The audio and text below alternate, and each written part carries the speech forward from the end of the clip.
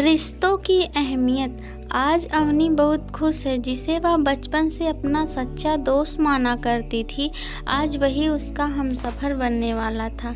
बचपन की ना जाने कितनी यादें हैं जो उसने राहुल के साथ साझा की थी और जिन्हें दोनों याद करके खुश हुआ करते थे। एक साथ स्कूल जाना, पढ़ाई करना, नए नए खेल खेलना और शरारत करना बहुत पसंद आता था। राहुल मस्त मौला लड़का था जो किसी भी बात को कभी सीरियस नहीं लेता था, लेकिन अवनी राहुल की दोस्ती में ही खुश रहती थी। अक्सर ऐसा होता रहता है। जैसे ही अवनी की उम्र 22 वर्ष हुई तो घर वाले उसके लिए तरह तरह के रिश्ते देखने लगे, जिनमें डॉक्टर, इंजीनियर, प्रोफेसर भी शामिल थे। लेकिन आखिर कोई और अवनी को कैसे पसंद आता, क्योंकि उसने तो बचपन से ही राहुल को पसंद कर रखा था। लेकिन जैसे ही उसने अपने लिए रिश्ते में आई फ़ोटो में राहुल की फ़ोटो देखी तो मन ही मन लड्डू फूटने लगे, जिसे उसकी सहेली राधा ने भी महसूस किया। बस उसी वक्त अवनी सर से लाल हो जाती है और दौड़कर अपने कमरे में चली जाती है। राहुल को कभी भी इस बात से फर्क नहीं पड़ा कि उसकी शादी अवनी से हो या किसी और से। वह तो अपने दोस्तों के साथ ही खुश रहता था और कभी भी घर परिवार की तरफ ध्यान देता ही नहीं था। देखते ही देखते वह दिन भी आ गया जब अवनी और राहुल की धूमधाम से सारे रस्मों के साथ शादी हो गई और अवनी अपने नए घर में आ जाती है। शादी को 15 दिन हो गए, लेकिन राहुल का व्यवहार बिल्कुल नहीं बदला। अभी भी वह खुद को शादी के बंधन में बांधने को तैयार नहीं था और जानबूझकर अवनी से वह दूर रहने का रास्ता खोजने लगा। शुरू में तो अवनी इस बात को समझ नहीं पाती, लेकिन धीरे धीरे उसने भी महसूस किया कि राहुल अब उसके बचपन वाला दोस्त नहीं रहा, बल्कि वह काफ़ी बदल चुका है। वह रात को देर से घर आता और अब तो वह अवनी से ज़्यादा बातें भी नहीं करता था।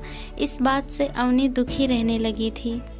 एक दिन अवनी कहती है, राहुल, तुम्हारे अंदर बहुत बदलाव है।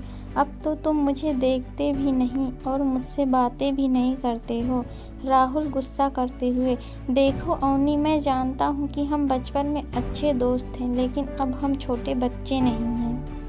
मैंने शादी तुमसे इसलिए की है क्योंकि मेरे पापा मम्मी को लगता है कि तुम घर संभालने के लिए परफेक्ट रहोगी, लेकिन इसका मतलब यह नहीं है कि मैं अपनी आज़ादी तुम्हारे हाथों में दे दूँ।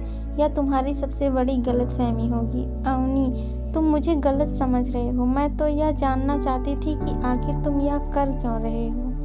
राहुल, तुम्हें यह सब जानने की ज़रूरत नहीं है, बस अपने काम पर ही ध्यान लगाओ। ऐसा बोलकर राहुल वहाँ से निकल जाता है और अवनी की आंखों में आंसू भर जाते हैं। अब तो अवनी की आदत हो चुकी है अपमान सहन करने की।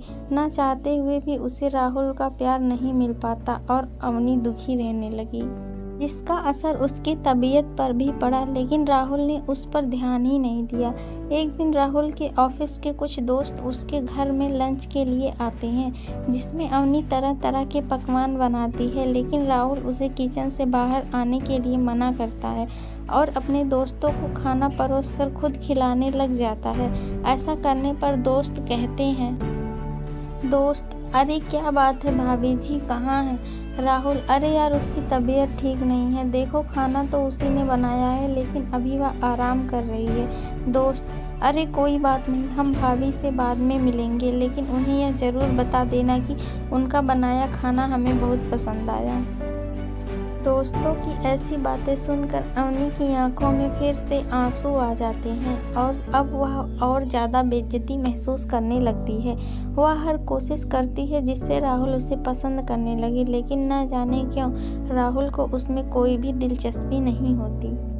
एक दिन सुबह राहुल सोकर उठता है तो उसे कहीं भी अवनी नज़र नहीं आती, लेकिन पास ही में उसे एक डायरी मिलती है जिसमें अवनी के शब्दों में कुछ लाइन लिखी होती है। डियर राहुल, मैंने तुमसे इसलिए शादी की थी क्योंकि मुझे ऐसा लगता था कि तुम भी मुझे पसंद करते हो। मैंने हर कोशिश की जिससे तुम खुश रहो और तुम्हारा पूरा ध्यान रख सकूं, लेकिन लगता है मुझे ही में कोई कमी है, इस वजह से मैं कभी भी तुम्हारे करीब ना आ सकी। शादी से लेकर अब तक मैंने अपने अंदर कई बदलाव किए जो तुम्हें पसंद आते, लेकिन तुमने तो कभी ध्यान ही नहीं दिया। तुम्हें पता है मुझे चाय पीना बिल्कुल पसंद नहीं, लेकिन इसलिए चाय पीना शुरू कर दिया है क्योंकि तुम्हें चाय पीना पसंद है। मैं तुम्हारी हर पसंद को अपनाना चाहती थी, लेकिन मेरा यहाँ रहना ठीक नहीं होगा। अपना ख्याल रखना और हमेशा खुश रहना। उस डायरी को पढ़कर पहली बार राहुल को यह एहसास हुआ कि आज तक उसने अवनी के साथ जैसा भी व्यवहार किया था वह सब गलत था। अवनी ने तो उससे ज़्यादा कुछ मांगा भी नहीं है। अब राहुल जल्दी जल्दी तैयार होकर अवनी के घर पहुंच जाता है। जैसे ही अवनी दरवाज़ा खोलती है, अवनी आश्चर्य से, तुम यहाँ? राहुल, मैं तुम्हें लेने आया हूँ। अवनी हंसते हुए, क्या तुम मजाक कर रहे हो? राहुल, नहीं अवनी, तुम्हारे जाने के बाद मुझे तुम्हारी कमी महसूस हुई। जाने अनजाने मुझसे कई सारी गलतियां हुई हैं और अब मैं उन सारी गलतियों को सुधारना चाहता हूँ, लेकिन पहले तुम्हें मेरे साथ चलना होगा। राहुल की ऐसी बातें सुनकर अवनी मन ही मन मुस्कुराती है और राहुल के साथ चलने के लिए हामी भर देती है। दोस्तों, कई बार हमारे साथ ऐसा होता है कि कोई खास हमारे आसपास ही होता है, लेकिन हमें इस बात का एहसास नहीं होता और हम उस खास इंसान का दिल दुखा बैठते हैं। इसलिए हमेशा उस इंसान की कदर करो जो आपकी कदर करता हो। राहुल और अवनी की कहानी हम सबको बहुत कुछ सिखाती है। इससे हम भी बहुत सीख सकते हैं। Thank you. Please like, share and subscribe.